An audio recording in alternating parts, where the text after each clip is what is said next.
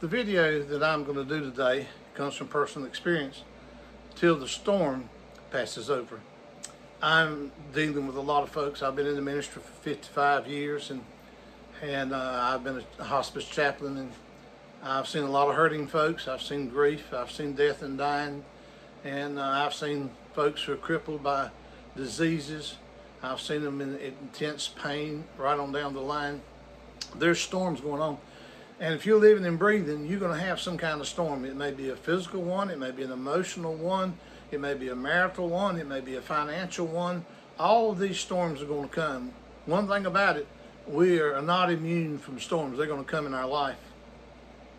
I was out fishing in a favorite fishing hole of mine, and my dad had his first heart attack at 37, and he'd work his job, and that was it. He'd come home, he didn't do anything else. I always telling Mom he'd probably die anytime, so we were going through all kind of grief with him and all kind of despair and despondency.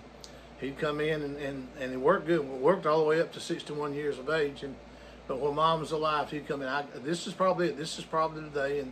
And bless his heart, there were some times that he had some what he thought was heart attacks were really nothing, maybe angina, that kind of stuff. So we experienced a lot of storms in our family.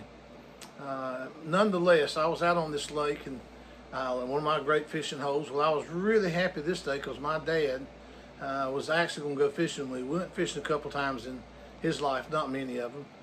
But anyway, we decided we were going to go that day. So there was about probably 3/4 of a mile down through the woods. Dad wanted me to go down. He had bought us a little flat bottom boat, and he wanted me to go down and get the boat and paddle over the other side and pick him up.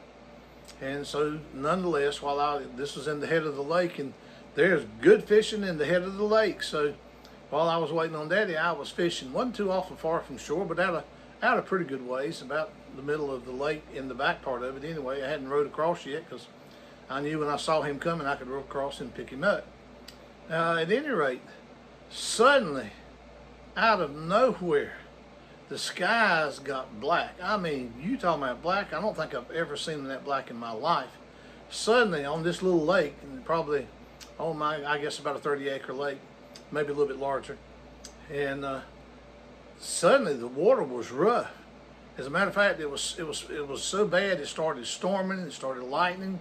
Trees, the old dead trees in the head, they were breaking all around us. I was scared. I ain't lying to you. I was scared.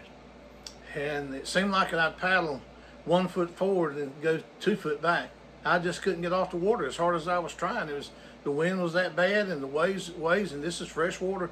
It was having waves. I've never seen anything like it then, and I've never seen anything like it since then. Out of nowhere, without warning, suddenly this storm appears. I mean, the skies are black, and the wind is blowing, and the thunder is thundering, and the lightning is lightning, and this boy is scared to death.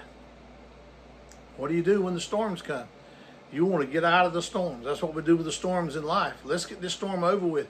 Let me get out of this storm. And here's the sad scenario is when we pass one storm, guess what? There's another storm coming.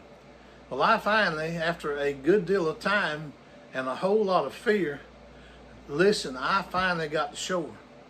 Usually we turn the boat over so the water don't get in it. I can't remember if I turned the boat over or not. I don't know if I hid the paddles.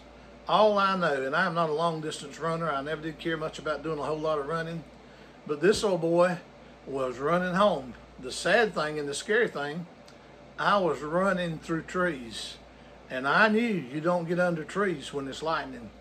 Let me tell you something, every time it would lightning or that thunder would roar, this old boy got another step faster in his speed. It's probably 3/4 of a mile from my home to the lake. I ran all the way home till I got on the back steps of my house. You talking about being winded? I was winded. You talking about being worn out? I was worn out. And folks, listen, the storms of life will cause you to be winded. They will cause you to be worn out. They will cause you to be exhausted. They will bring oppression. They come because of oppression. They will come because of depression. Storms will either make you better or make you bitter. They will either break you or mend you. They will either help you or they will hinder you. And folks, I'm going to tell you, You are not immune from storms. When you pass one test, another test is coming. All of us enter the kingdom of God. If we make it to heaven, it's through much tribulation, much testing. And in the Bible, the word tribulation or testing, when it says when God tempts a person, it means God tests a person. God is building character. Your storms will make you what you may not want to be, but what you need to be. I remember the words of the Apostle Paul, who said, I am what I am by the grace of God. This old boy didn't start out where he's ended up. When I started out in the ministry, I went to Bible college because I didn't want to try to pastor a church without going to Bible college. And did ever the storms begin? I didn't make any money. I left a job making $4.28 in Newport News, Virginia, got to Nashville, Tennessee, and I couldn't even get a job for 6 weeks. And then when I finally did get a job, it only paid $1.70 an hour. Here I was, a Bible college student. I had a brand new baby born on October the 28th, and we were in Nashville, Tennessee by December the 17th. I was in Bible college in January. I lost my vacation pay because I left the shipyard. So a storm was rising. And friend, let me tell you something. It didn't get better until my last year in Bible college. As a matter of fact, the job I applied for when I first started going to Nashville, sent some letters, resumes. The only thing I got back was, we don't have any vacancies at this time. The job that I wanted, it was offered to me about 6 months before I graduated from college. I went to an interview. I don't know why I went, because I wasn't planning on taking the job. And this is the guy's words: "You're just exactly what we need." I said, "Sir, in 6 months, I am going to be graduating. I'm going to preach the gospel. I don't want a job. I don't know why I came, other than to say I tried to come 4 years ago and you didn't want me. Now here I am 4 years later, and you're offering me a job." One of the storms of life. Let me tell you some good news. We didn't make much money. Had a lady take us out to a steakhouse one time, and that we lived. Matter of fact, she lived with us. We had 2 children, my wife and I, and then the elderly lady. We lived in her home, and my wife cooked for her, cooked the meals. We paid for the food, and I cleaned up the yards and all. But nonetheless, she took us down to the steakhouse. We couldn't afford a steakhouse, and we had a steak and potato. And she took us all, the 2 children and my wife and myself as well. And Eileen, my wife, and I were talking a couple of weeks later. We said, you reckon they'd sell us a potato, the biggest baked potatoes you ever seen in your life. This is when we're going through no money whatsoever. I don't know how we made it, but I can tell you this much: God provided.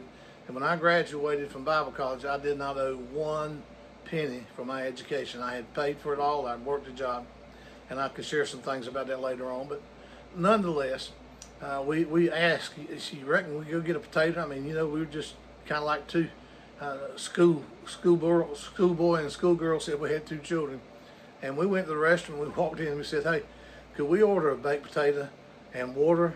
They said, "You sure can," and we did. And so the 4 of us had baked potato and water. Couldn't even afford a drink for our children. We went through a lot of storms there. I've been through a lot of storms in the ministry, but I found somebody that's greater than the storms. His name is Jesus. He walked on the water in the midst of the storm. He spoke and he said, "Peace, be still."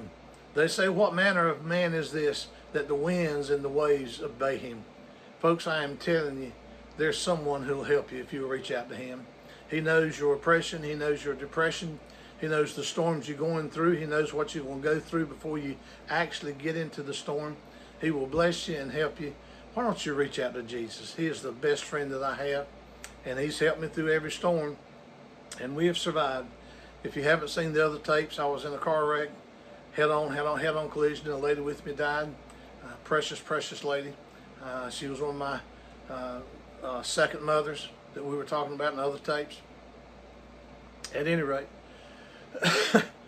God brought me through that storm. That gave me 30 minutes to live. If you look at some of the other videos, my testimony's there. They didn't expect me to live. They told my brother if they flew me out, I would die. If I stayed there, I'd die. I'm still alive 30 years later. I'm walking on a leg that they were going to amputate. I'll do a video on that later. But right now, I just want to appeal to you. If you're broken, and you burden. Jesus says, come unto me, all you that labor and are heavy laden, and I will give you rest. Won't you give Jesus a chance?